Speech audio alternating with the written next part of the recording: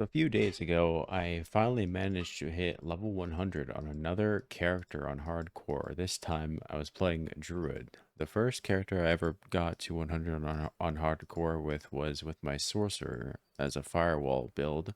And then this time, I wanted to play Druid for Season 4 because I had really wanted to play the Boulder Druid, but it turned out that the Boulder Druid was kind of bugged this season, so I was unable to play it actually, and I ended up actually just sticking with the same build that I kind of started leveling with, which was Pulverize into Trampleslide Druid. Honestly, it played really well. A lot better than I expected, actually. I always knew that Trampleslide Druid was really strong because when they added the subterranean aspect to the game, I remember, I believe Dat Mods played it and he was just shredding content with it. Either way, on Max Roll, they listed as a C tier build.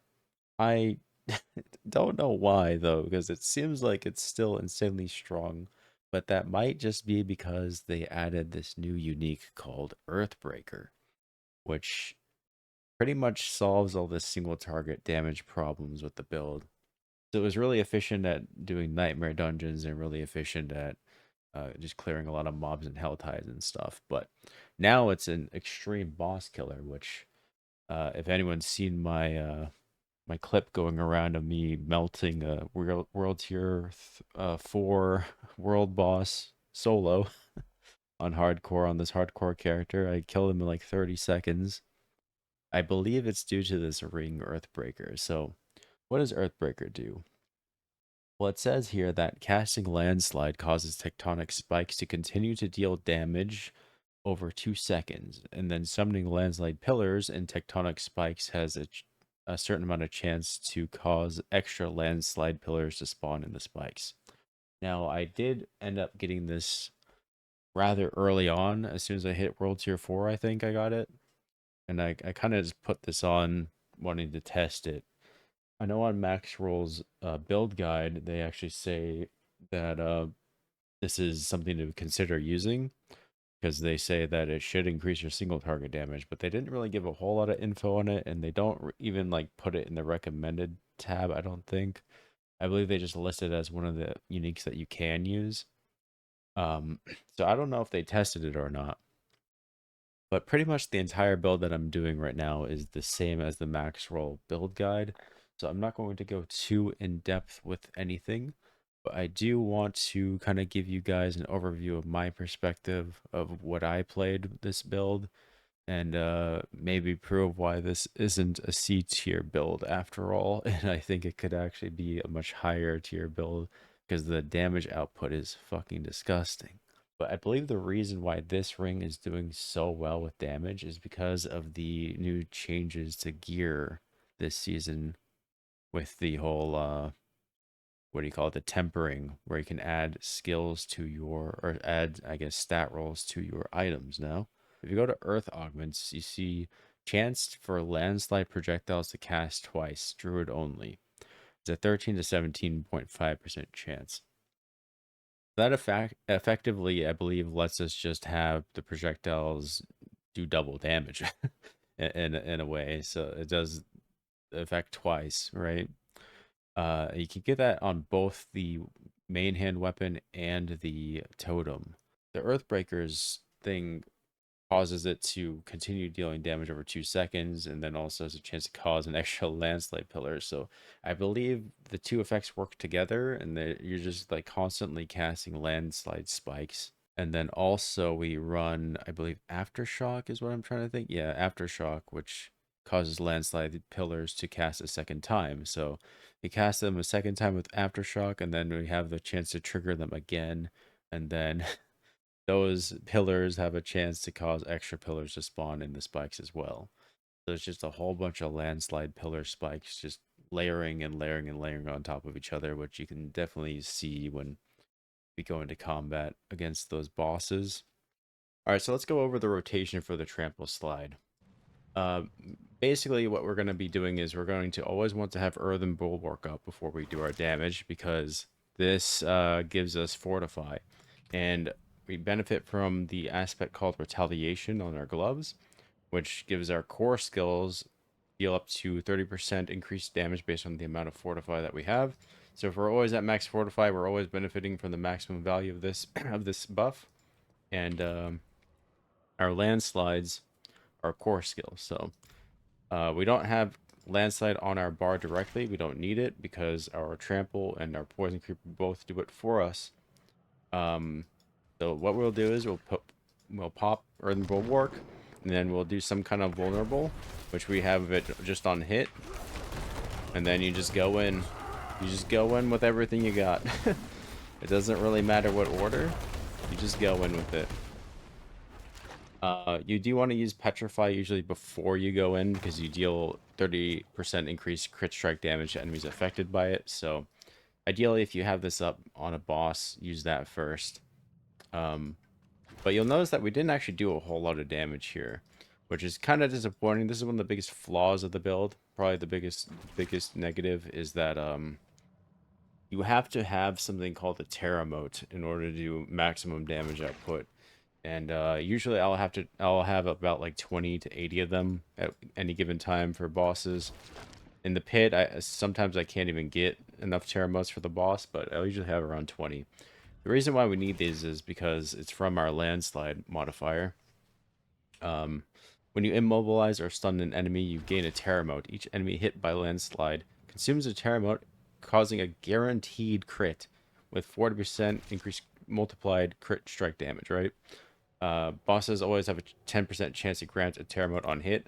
Sadly, it doesn't seem to be proccing off of the training dummy. I don't know why. Like, I'm hitting a lot. Unless it's only with landslide. It might only be with landslide, actually. But, anyways. We're only getting, like, one, you know, which kind of sucks. So, usually what we'll do before a boss... This only works against, like, certain encounters, like... Duriel and Andariel, they actually have mobs before the room, and as well as for like world bosses. I'll just try to immobilize as many enemies as possible before the boss with Petrify and with Poison Creeper, because both of these like guarantee an immobilize or a stun. So this stuns, this immobilizes, and then those will give us Terra Motes. You stack as many as you can, so that way when you go in with damage, you can just consume all of them with all their landslides, and you just do giga damage. It's crazy.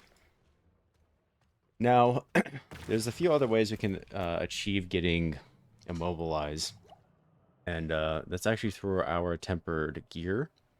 You want to try to get lucky hit, chance to stun or immobilize on gear, preferably stun, because stun makes them unable to do anything, whereas immobilize just, you know, they can't move. But try to get either one of those on your gear on pretty much everything, and you'll be kind of set. Right now we have around, let's see, lucky hit immobilize 15%, lucky hit stun 45%. That's pretty huge. Try to be around like 50%. That'll be really good. And the reason why we can cast pretty much as many spells as we want, just do whatever you want. You don't really need to have any like free for. You don't even have like a set rotation. You just kind of want to make sure you have Fortify and Vulnerable on the enemy before you go in. But the reason for that is because we take this aspect called Symbiotic. And Symbiotic has a text that says when the Nature's Fury key passive triggers a free skill, or non-ultimate cooldowns of the opposite type are reduced by 5 seconds. Now, if you were to put that on your amulet, it would be 7.5 seconds, I believe. But it doesn't really matter too much, especially since we're using Earthbreaker. We kind of had to sacrifice an amulet or ring, an accessory aspect, put it on our boots instead. So I have it on my boots. But the Nature's Fury Keystone, what it reads is that casting an Earth skill has a 30% chance to trigger a free Storm skill, and vice versa. In addition, these free skills count as both Earth and Storm skills, so you benefit from any damage attributing to those types of damage. So we are running 2 different types of Storm skills, and then the rest are Earth skills, pretty much, including our Trample, which is considered Earth, except for Poison Creeper. That's the only one that's not a nature skill. But basically, when our Earthen Bulwark is down and we cast Storm Strike, and then we have that trigger, you'll notice the cooldown just gets chunked down, right? So if we have everything down on cooldown, right? And casting Storm Scales has a chance to just like pretty much hard reset it. So we can just kind of spam, and then if you don't have anything up, you pop Poison Creeper, Storm Strike a bit, get it back up. Hurricane's really good, really effective at helping reset those. It hits so often. But that, yeah, that's pretty much the rotation for this build. Let's go over gear and aspects and stuff next. All right, so for the rest of our gear, let's start with the helmet here. We are using a bone weave helm of mending stones. The mending stone aspect, what it gives us is duration of earthen bulwark is increased by 6 seconds.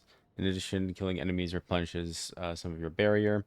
You can also use it the other earthen bulwark aspect. I don't remember the name of it. I think Maxwell actually recommends that for hardcore. I'm just using this one for now. Um, it doesn't really matter too much as long as you have something tanky on your helmet. Normally we would be getting rid of this for Godslayer crown, but I never got one. I'm trying to farm for one still. But if you do have a Godslayer, use that instead. Um, then on the chest we're running Juggernaut aspect to give us the insane amount of armor that we have. Uh, if you get that, you pretty much don't need to get armor on anything else because you'll be armor capped. We're at 85%. That's cap. So that just solves that issue. We don't need our evade ever because we have trample already for movement. Now, trample is pretty much our only movement, but thankfully with the cooldown resetting, we can get that up all the time. Um, and then yeah, gloves, retaliation, which we went over before. Might aspect on the legs because we are using Storm Strike, which is insane for damage reduction. So this just gives us even more damage reduction. It's 20% DR plus the 15 uh, naturally that this has for 3 seconds, right? So those together just give us a like 35% damage reduction on basic skill. And symbiotic on our boots. Then on the amulet, we're using aftershock, so that we went over that a bit earlier as well. It just makes our landslides cast an additional time and deal more damage per hit. And then on the ring, we're using Natural Balance, which has the whole Storm and Earth skill synergy with crit strike damage and crit strikes chance. So definitely a must-have for this build. And so we rely mostly on crits. Subterranean and Trampled Earth on our weapons, because those are the basic, core aspects for damage. As for the actual stats on the gear itself, we do have some interesting like empowered buffs on our gear, mostly with like willpower and like percent damage. You want to be looking for a lot of life as well if you can. Life, crit strike chance, crit strike damage, those are all really good to have. You can also try to get stuff for resistances if you need it, but I didn't really need it too much. Um, my boots kind of suck, to be honest. They're not 925 yet because I'm trying to wait for an empowered aspect for like movement speed or something. I just haven't really found any good boots yet. But yeah, you can get res capped really easily with this build, which is awesome. Crit strike damage can get up to like 700. I didn't even notice that it's 666 right now. That's actually hilarious. But yeah, you want to get around 50% crit chance, and then crit strike damage can get up to like 700% on top of our earth motes that we already have. It's already pretty much 700% with the Terra motes that we have. But if you were to pop like an elixir of precision right now, it'll go way above 700. And then the other main damage stats we want is damage to close and damage to crowd controlled. Both of these are really powerful since we're pretty much always close to enemies with Poison Creeper and Trample. And then crowd control, we just have a lot of crowd control with this build. And then obviously we want damage versus poisoned. Um, and a big reason why we want damage versus poison, not just because, we benefit from having Poison Creeper, but also because on the skill tree, we have this passive called, where is it? I know it's somewhere around here. There it is. Envenom. You and your companions gain 30% bonus crit strike damage against poisoned enemies. So just even more poison or crit strike damage. So we can get like plus 800% crit strike damage with this. Uh, and I guess we should go over the rest of our skills, right? So we obviously take this branch for Storm Strike. We grab this path for Landslide for the Terra motes. Well, the impulses is great because it makes our core skills do more damage, and we don't really have to worry about spirit ever with this build. You want Iron Fur because we do go into wherever form with Trample, and then it just persists, so that's huge DR for hardcore. Grab Preserving, Earthen Bulwark, so we get that huge Fortify chunk. Damage reduction for 6 seconds after using defensive skill, which is Earthen Bulwark. Nature's Reach gives us increased damage against distant enemies, as well as double that for anything that's immobilized or stunned, which we both do a lot of. Savage Hurricane, so that enemies deal less damage, which is also another reason why this build is really good for hardcore. Stone Guard gives us a bunch of Fortify, and Earth skills do more damage, so Landslide does more damage. Want to grab all three of these, because these are just more damage, more damage, more damage. Vulnerable damage, immobilized, stun damage, all good stuff to have. And then, of course, Nature's Fury. So we don't actually need any of the motes or any of the nodes on Trample. We just want the skill itself for casting Landslide and for some mobility. But yeah, that's pretty much it. Just make sure you have Landslide maxed. Let's go over Paragon Boards real quick. Obviously, there's going to be a link in the description about all this stuff. So if you want to look at it in more depth, you can do so.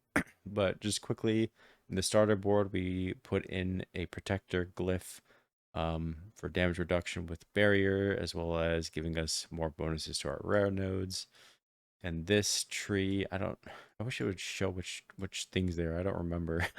Okay, this is the heightened malice one, which is the poison tree, I guess. I don't remember which one it is exactly, but we have Earth and Sky socketed in here. Nature magic skills deal 10% increased damage to crowd control or vulnerable enemies, which we have all the time, as well as increases the bonus to magic nodes. So grab all the useful magic nodes there. And then I went this way first to grab the inner beast node or the inner beast tree. We don't actually need the legendary node at all. Instead, we just want to get this as we cross to the next board. This glyph socket, we have Undaunted, which gives us damage reduction, while we have Fortify. I guess it's up to 10% damage reduction with the more Fortify we have. We're always at max, so we pretty much always have this at max quantity. Then we move over to this board, which is the Earthen Devastation, which we do want to grab. Actually, I don't know if Maxwell grabs it. I think they do. I don't see why they wouldn't. It's just more damage to crowd control. And then get at match here.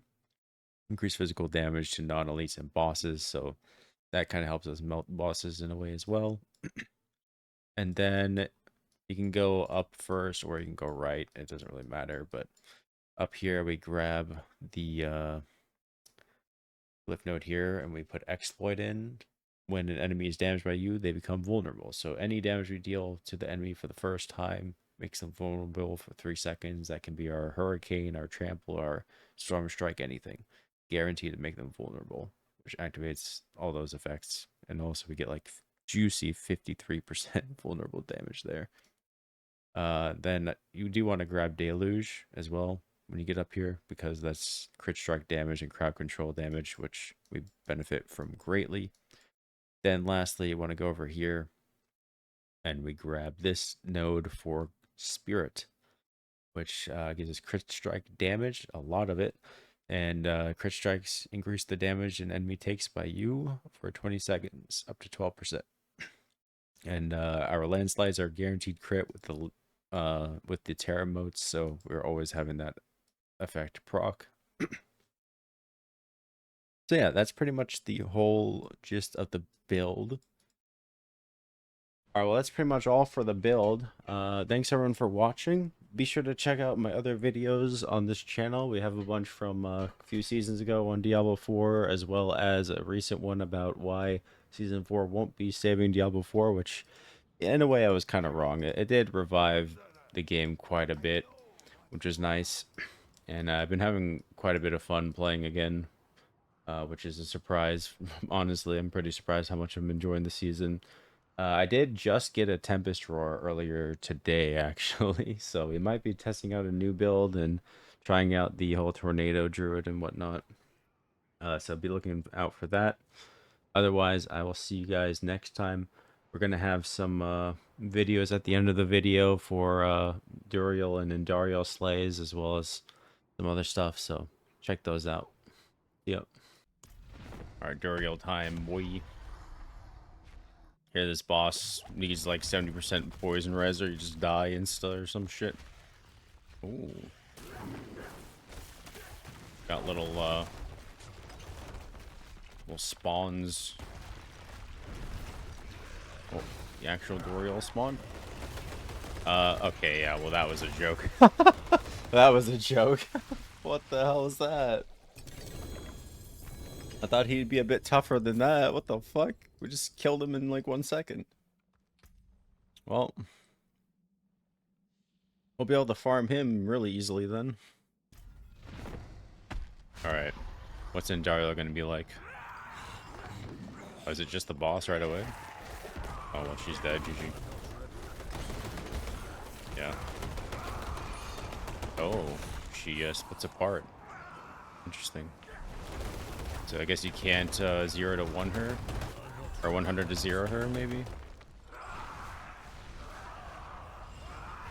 She dead already? Oh, she's dead. Okay. Well, that'll be an easy farm. Flicker step. Each time you evade through, reduces your... Oh, we can do the Rain of Arrows build now.